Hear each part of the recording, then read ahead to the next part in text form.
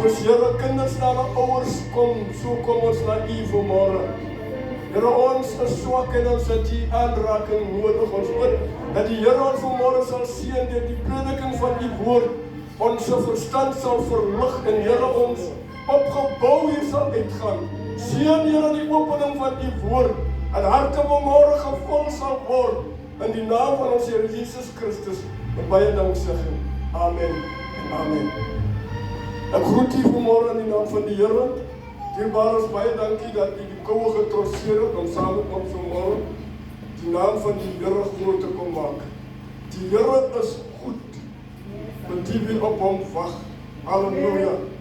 Ons lees saam in die woord van die Here Klagliedere hoofstuk 3, Lamentations chapter 3. Klagliedere kry jy net na die boek van Jeremia of the Law. Jeremia is die skrywer van klagliedere.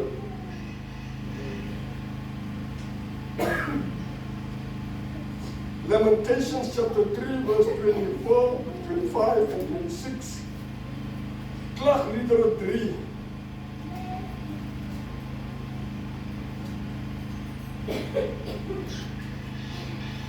Vers nummer 24 lees so: Die Here is my deel, sê my siel, daarom sal ek op hom hoop. Goed is die Here vir die wat op hom hoop, vir die siel wat hom soek.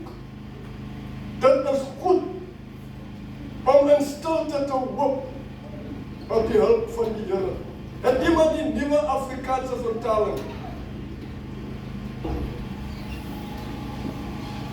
Die nuwe Afrikaanse vertaling, because hier is 'n vers wat ek ook wil praat vanoggend uit die nuwe Afrikaanse vertaling, vers 26. Klagliedere 3, 24, 25 en 26. In die nuwe vertaling, die Afrikaans nuwe vertaling. Ja? Ja.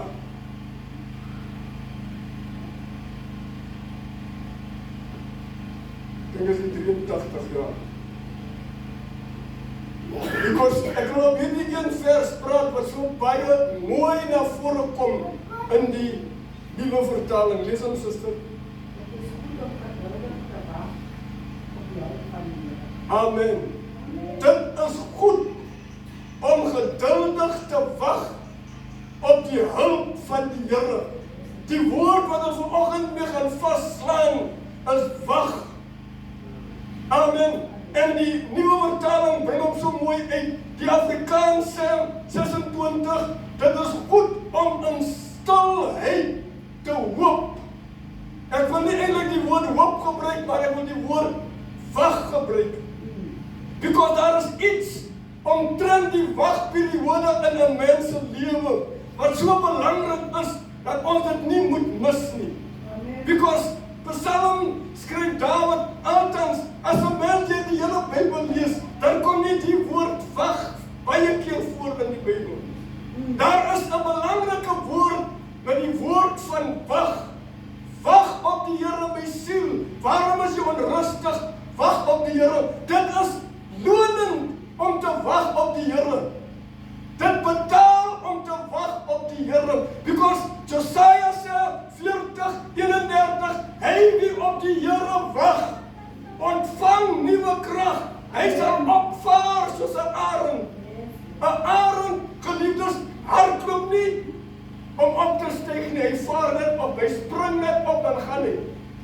En die Bybel vergelyk, hulle wie op die Here wag, sal soos 'n arend wees. Wanneer probleme kom, gaan jy nie weghardloop nie. Jy gaan net opspring en die Here gaan jou na hoë hoogtes vat. Amen. En hier is iets baie mooi, geliefdes, wat die skrywer hier sê, Jeremia. Hy praat eintlik met homself. Hy praat met homself. Somtyds, geliefdes, moet jy met jouself praat. Wanneer jy mismoedig is, dan moet jy met jouself praat. Soos Dawid sê, my siel, waarom is jy onrustig? Daar was niemand anders om hom op te bou nie. Daar was niemand anders om hom te bemoedig nie. En hy praat met homself en sê, my siel, die siel was die mind. Die siel is die persoon Waarom is jy onrustig? Waarom gaan jy aan asof die Here nie daar is in staat is om jou te kan help nie? En hier sê hy, dit is goed om geduldig te wag. Daar's twee woorde wat belangrik is, geliefdes. Geduldig en wag. Hierdie twee loop hand aan hand, because as jy ongeduldig is, sal jy nie kan wag nie. Ek dink 35 jaar terug, geliefdes, toe die treine nog geloop het, was daar, ek praat van die long distance treine, daar was daar op die stasie 'n wagkamer. Spesifiek, wanneer jy nou, sê byvoorbeeld, jy gaan allemaal noord toe, en jy klim op Germiston stasie, in die trein wat ons Londen toe gaan. Jy kan nie 'n ander trein vat, jy moet 'n trein vat wat ons Londen toe gaan. Jy kan een vat tot in Bloemfontein, dan moet jy daarvan weer voortklim. Because die trein gaan nie allemaal voorbij nie, hy gaan Burgersdorp voorbij, wat about 60 kilometer verder wat allemaal is. Die mainline hardloop daar voorbij. So as jy nie op Burgersdorp afklim nie, dan gaan jy 600 kilometer verder van jou destinasie af is. So op Burgersdorp klim jy af, dan gaan jy in die wagkamer, dan wacht jy omtrent 5 tot 6 ure van die volgende trein, wat nou die connecting trein gaan wees.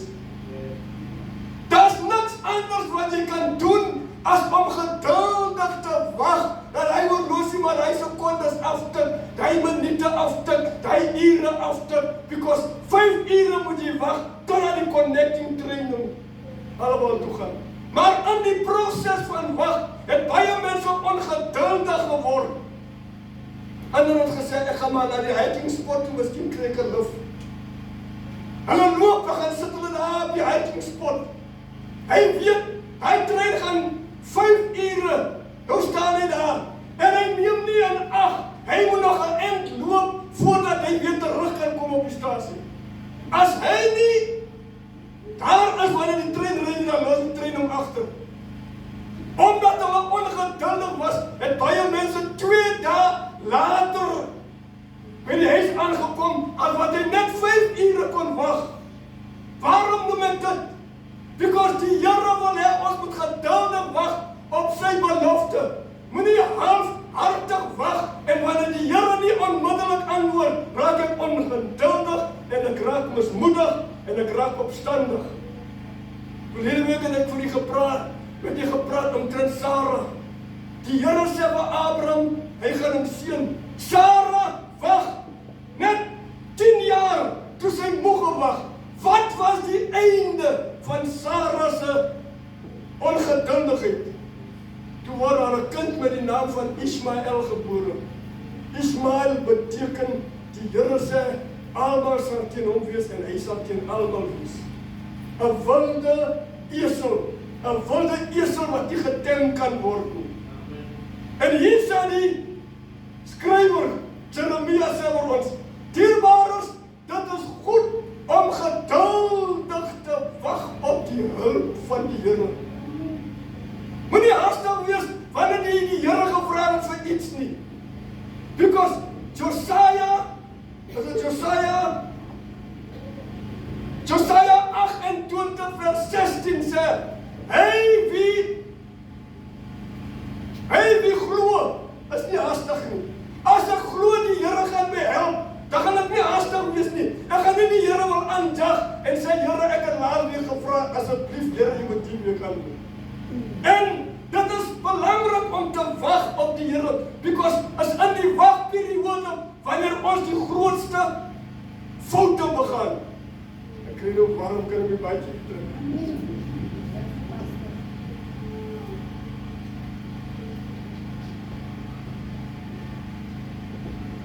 Is in die wagperiode, geliefdes, wat Satan kom en fluister in jou oor, is in die wagperiode wanneer die gevaarlikste tyd van ons Christenlewe is. Waarom sê ek so? Die Bybel sê, die Israeliete toe hulle uit Egipte land kom, toe sien hulle dat al die omliggende nasies en konings, en hulle vra vir Samuel, sê vir die Here, ons wil 'n koning hê. Samuel sê vir hulle, weet julle wat vra julle? die koning gaan vir julle kom tax, overtax. Die koning gaan julle kinders vat as vrouens. Hy gaan julle seuns vat as slawe. Weet julle wat vra julle? Hulle sê ons waar nie ons soek koning. Die Here gee vir hulle vir Saul. Saul was die eerste koning van Israel. En die Bybel sê, toe die Filistyne teen Israel veg, toe sê Samuel vir Saul, kyk, gaan staan net daar op die veggrond, gaan staan net daar met jou manne, ek gaan na 7 dae kom, dan gaan ek offer aan die Here, en dan gaan ons hoor wat sê die Here. Moenie haastig wees om die wapen te gryp en te gaan veg nie.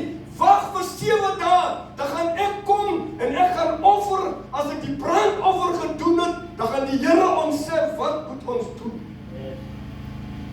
Maar hoor jy in hy week, geliefde, hy 7 dae, toe kom die Filistyne al nader. En Saul sien dat die mense se getal is soos die sand van die see. Ontelbaar. Hy raak so bang dat die manne wat saam met hom is, hardloop en gaan kruip weg in grotte, in die berge, hulle gaan kruip weg agter bome, en met die gevolg is, Saul staan met 'n handjie vol manne. Die Bybel sê toe raak Saul vermoeid, maar toe is dit op die 7de dag. En hy dink ook, Samuel gaan enige tyd nou kom. Maar, hoe langer hy wag, hoe minder word die manne agter hom wat staan om saam te veg. Almal draai om, of althans die meeste draai om. En Saul sê, bring vir my die offer. Is die 7de dag. Hy moes net 'n paar ure gewag het, dan het die Here vir Saul, vir Samuel gestuur. Samuel was op pad. En Saul sê, ek moet maar nou iets doen, wat ek nie gevra is om te doen. Nou, geliefdes, jy sal wonder waarom het die Here vir Saul gereject, omdat hy 'n offer wou doen. Dit was net die priester wat 'n offer kon doen. Die koning was nie veronderstel of toegelaat om te offer nie. Dit was net die priester wat die leviete en die priester wat hierdie werk gedoen het. Maar Saul, omdat hy vreesbevange was, omdat hy ongeduldig was in die wagperiode, besluit hy, ek gaan maar die offer opsny, en ek het moet gehoor hoe word het gesny, en ek gaan hom nou aan die Here offer. En toe hy net begin om die brandoffer aan te steek, toe kom Samuel oor die pad. En Samuel vra vir hom, wat doen jy? Ek het jou gesê, wag 7 dae, hy het 6 en 'n half, of kom ek sê, hy het 7 dae gewag. Hy moes miskien net 'n uur gewag het. En soms is ons ook so Saul, ons wag vir jare, dan wanneer ons net die laaste uur moet uithou, dan raak ons ongeduldig. En so Saul se koningskap, hy het die koningskap verloor, omdat hy ongeduldig was. As hy net aangehou het vir 'n uur miskien of 2, dan sou Saul guns by die Here gekry het. Maar Saul was ongeduldig. 'n Mens kan verstaan waarom Saul ongeduldig was. Because hier kom die Filistyne al nader. Die sien ook as 'n ontelbare skare wat hier aankom. En as hy omkyk, toe sien hy net 'n paar 100 manne oor. Hy sien net die stof, soos die manne hardloop vir hulle lewe. Die Bybel sê, jy moet dit lees, hulle was paniekerig bevange dat hulle broeke het gebewe. So geskrik was die mense. En Saul besluit, hoorie, ek gaan nie langer wag nie. Ek het nou al 7 dae gewag. Ek is nou op die 7de dag. Ek kan nie langer wag nie. Ek moet iets doen. En dan kom Satan en sê vir jou, doen 1 en 2, soos hy met Sarah gedoen het. Geef vir Sarah 'n gedagte om aan Abraham oor te dra. Dit is goed, geliefdes, om geduldig te wag op die Here. Dit meen nie, ek moet agteroor sit en maar nou net wag dat dinge moet gebeur nie. In die proses van tyd, ek gaan oor die nou wys in die woord van die Here, 'n man met die naam van Dawid, hoe dit met Dawid gegaan het. opgehou en hy het gewag. En die wagperiode is so die gevaarlike periode. Because nou kom Satan, hy maak hy stofwolk nog groter. Hy maak hy muurskop nog groter. Dit lyk soos 'n berg wat hier voor jou staan. Saul sien al klaar, hoe word hulle gevange geneem en hoe word hulle doodgemaak deur die Filistyne. Wag nog net 'n extra dag, wag 'n extra uur op die hulp van die Here. Die Here sal deurkom. Die Bybel sê in 1 Samuel, ek dink 1 Samuel 16. Toe Samuel, nadat Saul nog gereject was, because Saul wou nie wag nie. As hy gewag het, sou die planne van die Here miskien verander het teenoor hom.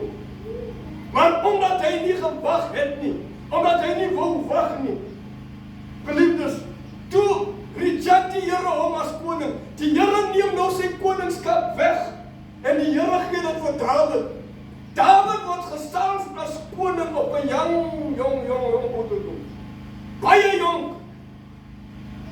Die Bybel sê toe Samuel gaan na Dawid se huis toe om die koning te gaan salf soos die Here hom die opdrag gegee het. Toe hy daar kom, toe al 6 Isai se seuns verby hom gekom. Maar hy het nie een van hulle gesien nie. En hy vra van Isai. Hy was so jong dat sy pa het besluit, hy sal nie 'n koning wees, hy is te jong. Bybel sê toe vra Samuel vir Isai, jy nie nog 'n kind nie, because die Here het my nie een van hierdie 7 seuns, jou 6 seuns van jou gewys. Toe sê ja, daar is een, maar hy is in die veld, hy is die jongste. Asof die jongste nie belangrik was nie. Hy is daar, hy is maar daar, agter die skape. Hy sê, gaan haal hom, ons kan nie met hierdie seremonie voortgaan, unless ons hom nie gekry het nie. Die Bybel sê, toe Dawid inkom, toe sê die Here vir Samuel, staan op en salf hom, want dit is hy. Jong en Saul, geliefdes, is nou gereject. Dawid was gesalf op 'n jong ouderdom. Het jy geweet, Dawid het 13 jaar gewag voordat hy voorgestel was as koning. Die Here se belofte en die salwing van die Here was op Dawid. Dawid kon enige tyd in posisie gegaan het, maar Dawid het gemeen, ek wag tot die Here, as die Here nie sê, nou is die tyd, gaan ek nie ingaan nie. Toe Dawid die kos wegvat van sy broers, terwyl hulle veg teen die Filistyne, einste Filistyne wat vir Saul wil aanval. Toe hy daar kom, geliefdes, toe staan Dawid voor hulle as die gesalfde koning van Israel. Hy is die gesalfde koning, maar hy bring vir sy broers kos weg. En toe hy terwyl hy daar is, hoor hoe dat die slagorde van God uitgedaag word. Toe sê Dawid, koning, laat ek hierdie man aanvat. Die koning van Israel praat nou met die afgesette koning. Because Saul was met daai tyd alreeds deur die Here gereject. Toe hy vir Dawid kyk en hy sê vir Dawid, maar jy is aan 'n kind. Jy kan nie teen hierdie baasvegter veg nie. Die man het jare se ondervinding van feit. Jy sal nie, jy staan nie 'n kans nie. Hy het nie geweet die salwing van die Here, die anointing van die Here gee jou krag om bold te wees. Sê hy vir Dawid, kyk, doen my een guns. Ek is 'n krygsman. Ek weet hoe om te veg. Trek hierdie wapenrusting van my aan, dan kan jy veg teen hierdie reus, because jy is nie jy staan nie 'n kat se kans teen hierdie man. Die man gaan jou verbrysel. Maar die Bybel sê, Dawid sê, o koning, ek het nie ondervinding in vegkuns. Ek was nie opgelei om oorlog te veg nie. Maar ek het 1 of 2 getuienisse van wat die Here kan doen. Jy sien, Dawid het nie in sy eie krag gegaan nie. Hy het nie in sy ondervinding gegaan nie. Hy het nie gegaan op dit wat hy geleer was nie. Hy het gegaan op die getuienis wat die Here vir hom gegee het. Amen. Die Bybel sê, hy sê wat Saul, as 'n beer kom en hy gryp my pa se lammetjies, dan het ek agter hom aangehardloop. En ek het hom gegryp, ek het sy bek oopgemaak en haal ek hy lammetjie uit. En ek sien hierdie reus, geen mens vir 'n beer nie. Ek sien kans in die krag van die Here, nie in my eie krag nie. Jy wonder die profeet sê, it is not by might nor by power, but by my spirit. Nie deur krag of deur geweld nie, nie deur experience nie, maar deur die krag van die Here. Die krag van die Here oor Dawid kom, toe kon hy nie met Saul se wapenrusting gaan veg nie. En hy trek die wapenrusting uit en hy sê vir Saul, I want to show you what the power of God can do. You've got experience. Koning, jy het ondervinding.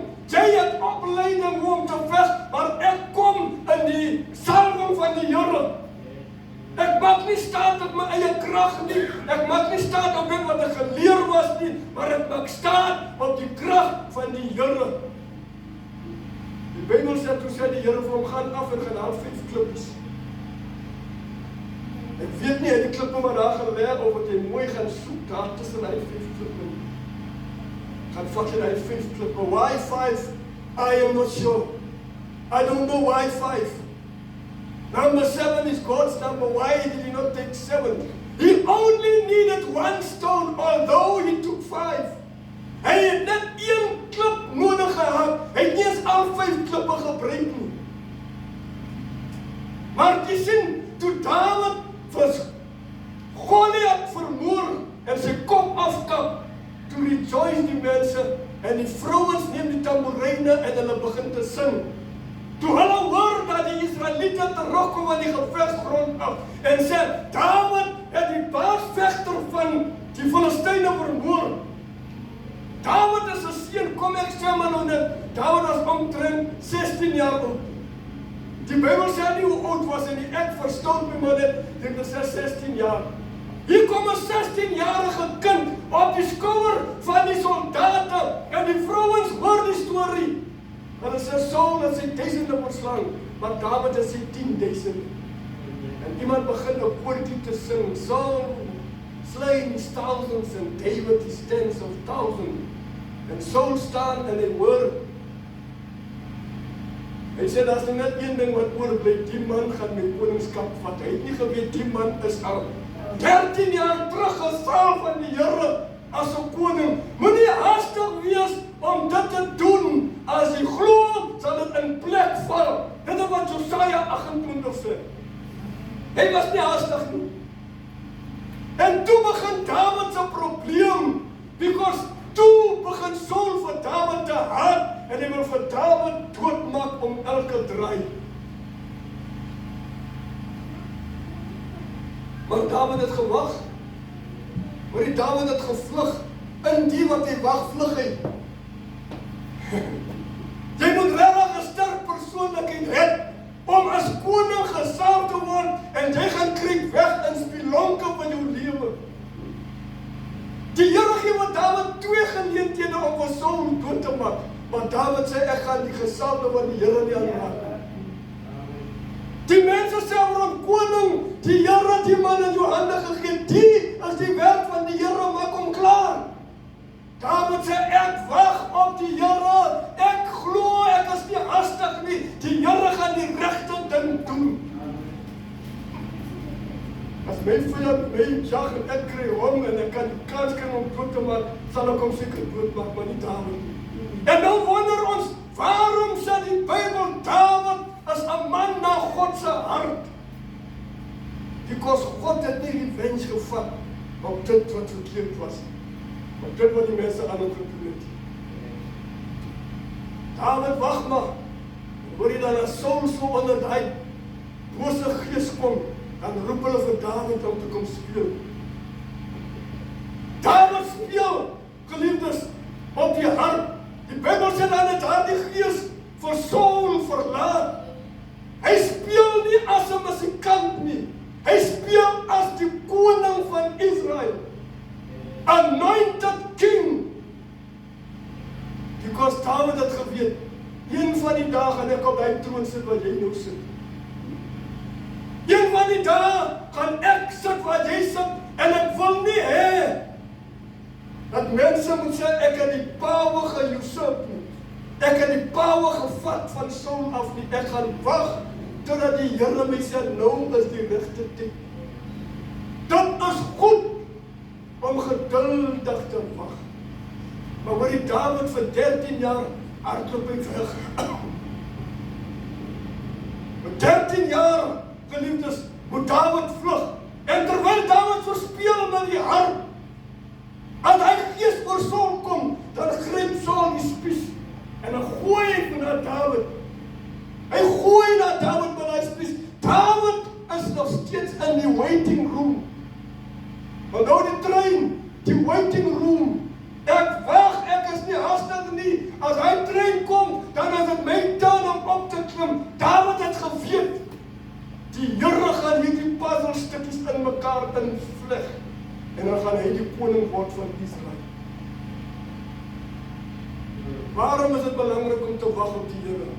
Because as jy ongeduldig raak, maak jy baie dom, of ek sê, kom ek sê maar dom besluite.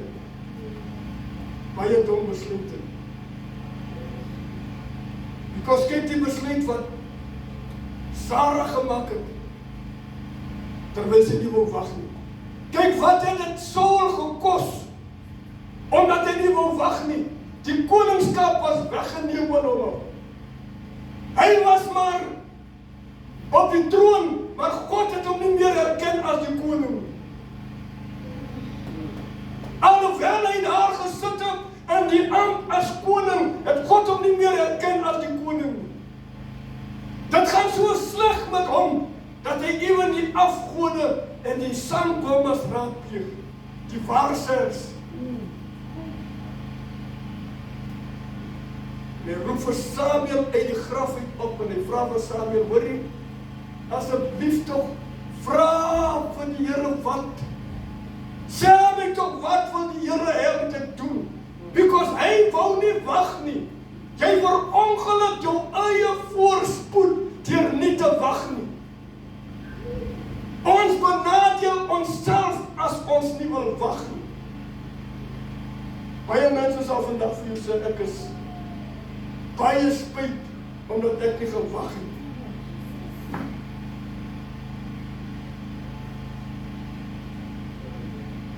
Die Bybel sê toe Samuel opkom by die graf en hy vra vir Saul. Toe sê Saul vir hom, raadpleeg tog die Here. Of sê vir my iets, toe sê as die Here jou ignoreer, wat moet ek vir jou sê? There's nothing else. En vanmorgen wil ek u bemoedig, geliefdes. Moenie haastig wees nie. Wag op die Here. Because die wagperiode, die geduldig wag, is so, kom ek sê, ek gebruik maar nou die gevaarlike woord, dit sê gevaarlik. Het is gevaarlik om te wag op die Here. Maar dit is die beste ding om te doen. Die beste ding om te doen. Ek kan vir baie voorbeelde noem, van manne uit die woord van die Here wat nie gewag het nie. Hulle wil nie wag nie. En tot hulle eie nadeel het hulle hastig en ongeduldig geraak. Because die Here lewe in die ewigheid. Kyk, God het ure en minute gemaak om ons as mens te akkommodeer. God doesn't need minutes and hours and seconds. God knows the end before the beginning. Die Here ken die einde voor die begin. Daarom moet ons geduldig op hom wag. Ek dink nou, onwillekeurig geliefdes aan die disippels. Toe die Here vir hulle sê, altyd die nag toe die Here saam met hulle is, en vir hulle sê, ek gaan om vir julle 'n plek voor te berei. Waar ek na toe gaan, kan julle nie nou gaan nie. Julle sal later kom. En hulle hoor die woorde, toe die Here gekruisig was, en die Here begrawe is, die Bybel sê, toe draai elke een terug na sy ou lifestyle. Petrus was die visserman, toe gaan hy weer terug. Dit het die Here gekos om hulle weer terug te bring. Because hulle wou nie wag tot op die dag van die wederkoms. Want die Here ontmoet hulle en sê vir hulle, gaan na die boevertrek. Ek sien julle is nie bereid om te wag nie. Gaan na die boevertrek en gaan wag nou daar. Moenie haastig wees nie, gaan wag daar totdat julle met krag en die hoogte aangedoen is. Hoe lang het hulle gewag? 40 days. 40 dae toe sy manne besig daar in die boom vertrek. En op die 40ste dag toe kom die Here toe saam die Here. God het nie van ons vergeet nie. Dit voel sometimes, of it lyk sometimes, of your mind sê vir jou, die Here het vergeet. Saul sê vir sy manne, miskien is Samuel vergeet me.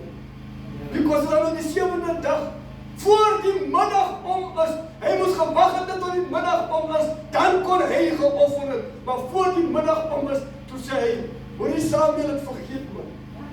Samuel is mens, hy kan vergeet, so ek gaan nie nog verder vir hom wag nie. Hy het nie geweet, Samuel tree op die instruksies van die Here.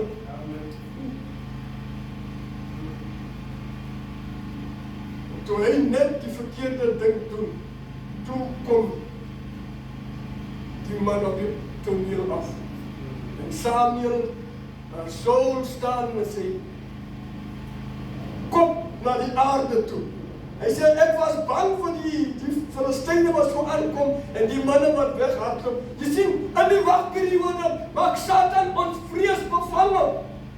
Hy maak ons vrees bevange en in die tyd wanneer ons vrees bevange is, raak ons verboureerd en ons gryp na iets om onsself te beskerm, want dit is die verkeerde besluit wat hy gedoen het en eventually het dit om sy koningskap gekos. En vanmorgen wil ek die bemoedig en sê, geliefdes, David skryf dit ook in een van die psalms. Hy sê, wag op die Here, my siel, wees sterk en wag op die Here. Because die Here weet wat môre en oormôre en die dag daarna gaan gebeur. Ek dink sommer aan die man, geliefdes, het vir jare by sy baas gebeur. En nou was dit tyd vir hom om af te tree. Hy was 'n master builder. Die man se handewerk was netjies en hoor jy, hy het passion gehad om huise te bou.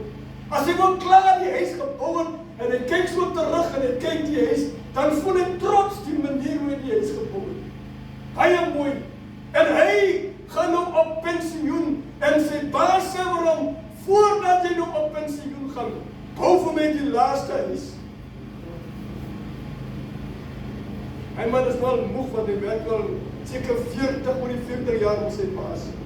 En hy meen ook, ek gaan die huis nou bou net soos ek wil. Hy het nie geweet wat beplan sy baas vir hom nie. En hy bou die huis sommer net so woepvouws.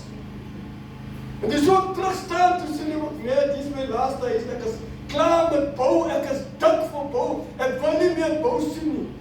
En sy baas roep om myself vir hom, hoorie, na al die jare het jy die mooiste huise gebou. Waarom het jy nou verkies om die huis so te bou? Hy sê, ek is moeg. Jy beloof my elke keer, jy beloof my en jy my nooit gegee het wat jy my beloof het nie. Ek is nou moeg van jou beloftes, because daarom het ek nou die ding gedoen, want ek wil nie meer aan jou beloftes vasthou nie. Ek het vir 40 jaar gehoor hoe jy my beloof het. Die dag as jy aftree, gaan ek vir jou bless. Die dag as jy aftree, gaan ek dit doen. Die dag as jy aftree, gaan ek dat doen. En vir 40 jaar was hy getrou en pragtige huise gebou. Maar hoor jy die laaste huis, toe sê sy baas vir hom, ek wil hê, jy moet jou vrou en jou kinders gaan vat, because die is jou huis.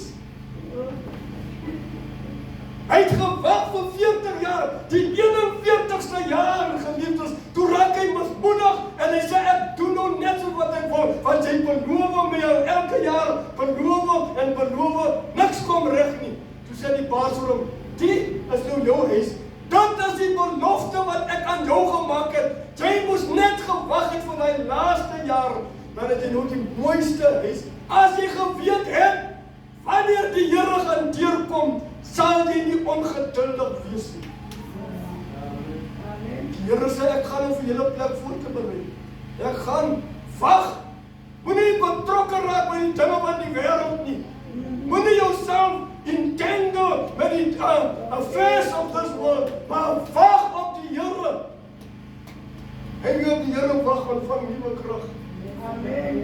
Maar hoor jy nou wagmans vir 10 jaar en sê, hey, dit lyk vir my die ding werk nie. As die ding waar het gesê die Here gaan kom. Is nou 2000 jaar wat die mense sê die Here kom. En is nou net in die laaste jaar wat jy moet wag, wat ek moet wag. Wanneer ons die kop verloor en dan blaas die bassein, dan kom die Here. Wat 'n tragiese ding sal dit wees. Ek het vir 40 jaar gewag, die 41ste jaar wat ek nou moet regtig ernstig wag. Toe verloor ek my kop en ek gaan raak betrokke met die dinge van die wêreld. Nou wanneer jy daar blaas die bassein, die Here kom. Wag op die belofte van die Here, because die Here sal ons nie teleurstel nie. God is no man that he should lie. So wil ek jy vanmôre bemoedig, geliefdes. Die 5 dwaase meisies en die 5 verstandige meisies het uitgegaan om die bruidegom te gaan inwag. Nou hulle sê, wanneer die jong man en die jong meisie trou in Israel, dan kom die jong man na die jong meisie se pa en ma's toe met sy ma en pa. En dan vra hulle nou trou en dan gaan, as die meisie kan sê ja, ek gaan met hom trou, dan gaan die jong man weg. Dan sien hulle twee nie meer mekaar nie, tot op die dag van die troue. Dan gaan hy jong man weg, en die rede waarom hy weggaan, hy gaan over haar huis te gaan bou. Hy gaan nie daar om whatever te doen nie, hy gaan bou vir haar 'n huis. Want as hy haar uit haar ma se huis uitvat, outomaties vat hy in haar eie huis. Nou die 10 meisiekinders het gewag, en wanneer die troue aankom, die aand voor die troue, dan het daar 10 meisiekinders uitgegaan, en dat hulle hierdie jong man gaan inwag, dan het hulle hom begelei met hulle lampe, tot by die huis van die plek waar die onthaal gaan wees. Hulle wag die hele nag, soms dan kom hy nie, dan kom hy vroeg in die oggend. En 5 van die meisiekinders sê, nee, hy gaan wel nie, soos wat ek al het ondervinding het, die man gaan so 10 o'clock vandaan kom. Ek het net genoeg olie vir tot 10 o'clock, ek gaan nie waar hy voor. Ek wil nie nog zwaar dra en extra olie nie. Ek vat net genoeg olie in my lamp, wat my gaan hou tot 10 uur toe. Maar die ander sê, miskien kan die man gedelay word, dat ek extra olie vat, sodat ek, as hy later as 10 uur kom, dan kan ek hom begelei na die onthaal saal toe. En terwyl hy talm om te kom, raak die olie al minder in die 5 lampies. Die Bybel sê, toe hy kom, toe hoor hulle daar, kom die man aan. Ek weet nie, het hulle klokkie gery, of het hulle 'n bassein geblaas, wat hulle die indication gee, dat daar kom die bruidegom aan. En terwyl hy nader kom, toe raak hierdie 5 meisiekinders se lampies uit. Toe hulle lampies uitgaan, toe sê hulle, gee vir ons bietjie van jou olie. Hulle sê, ons het net genoeg vir onsself, gaan maar na die verkopers. So, met ander woorde, as ek wag, moet ek geduldig wag, ek moet seker maak, ek het genoeg energie in my liggaam, ek het genoeg olie in my lamp, om te wag, indien hy langer vat om te kom. Toe hy kom, geliefdes, toe die 5 meisiekinders weg om olie te gaan koop, en hy het ingegaan saam met die 5, en die deur is gesluit. Wat 'n tragiese verhaal is dit. Terwyl jy die hele nag gewag het, word jy nie toegelaat in die onthaalsaal.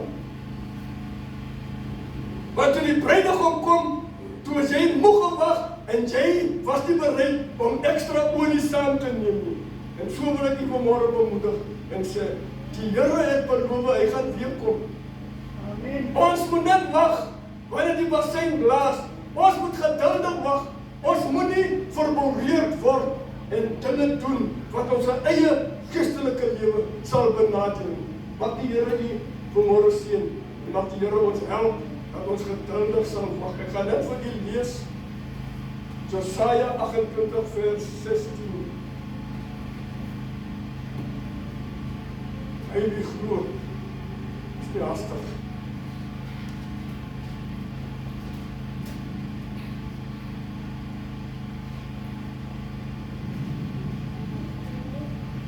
Jesaja 28 vers 16, daarom, so sê die Here, kyk, ek lê in Sion 'n groot steen, 'n beproefde steen, 'n kosbare hoeksteen, wat vasgegrondves is. Hy wat glo, sal nie haastig wees. Die het betrekking tot die belofte van die Here se geboorte. Die Here was beloof, 'n seun gaan gebore word, maar hulle was so haastig en hulle kon nie wag nie. En hulle het dinge gedoen wat hulle eie vooruitgang benadeel het. En toe sê die Here vir hulle, julle wat glo, moenie haastig wees nie. Die tyd gaan kom, die regte tyd, wanneer die Messias gebore gaan word. Mag die Here u vanmôre seën. En as die Here 'n belofte aan u gemaak het, wees verseker, die Here sal sy belofte vervul. Moenie haastig wees nie. Die Here sal deurkom. Amen. God will come through. Vader, baie dankie vir u woord. Ons voorstel vanmôre, Here, in u teenwoordigheid. En ons vra dat die Here ons sal vergewe waar ons, Here, ongeduldig was aangaande u belofte teenoor ons. Ons het soms, Here, besluite geneem wat ons eie vooruitgang benadeel het, omdat ons nie wil wag nie. En vanmôre hoor ons u woord sê, Here, dit is goed om geduldig te wag op die hulp van die Here. U sal ons te hulp kom, Here. Ons sal nie vir altyd, liewe Here, in 'n donker tunnel sit. Here, omdat ons besef, ons hulp is van u, wat ons vanmôre dat die Here ons sal help in ons krag gee, dat ons geduldig op u uitkoms en op u hulp sal wag. Seën ons, Here, terwyl ons wag. Is soms so, Here, gevaarlik om te wag, want Satan fluister in ons oor en ons eie begeertes sommige kere neem oor in ons lewe en ons mis, liewe Here, die seëninge van u, omdat ons hastig was en nie wil wag nie. Mag die Here ons vanmôre seën en die Here ons beskerm en ons 'n hart gee om te kan wag in die naam van Jesus Christus. Baie dankie, Here. Amen. Here seën u geliefdes, dankie dat u opgekom het. Ons sien mekaar Woensdag aand 7:00 by die gebedsessie. Here seën u. Amen. Ontvang die seën van die Here en gaan in vrede. And now may the grace of God and the love of our Lord Jesus Christ and the fellowship of the Holy Spirit abide with you now and forevermore.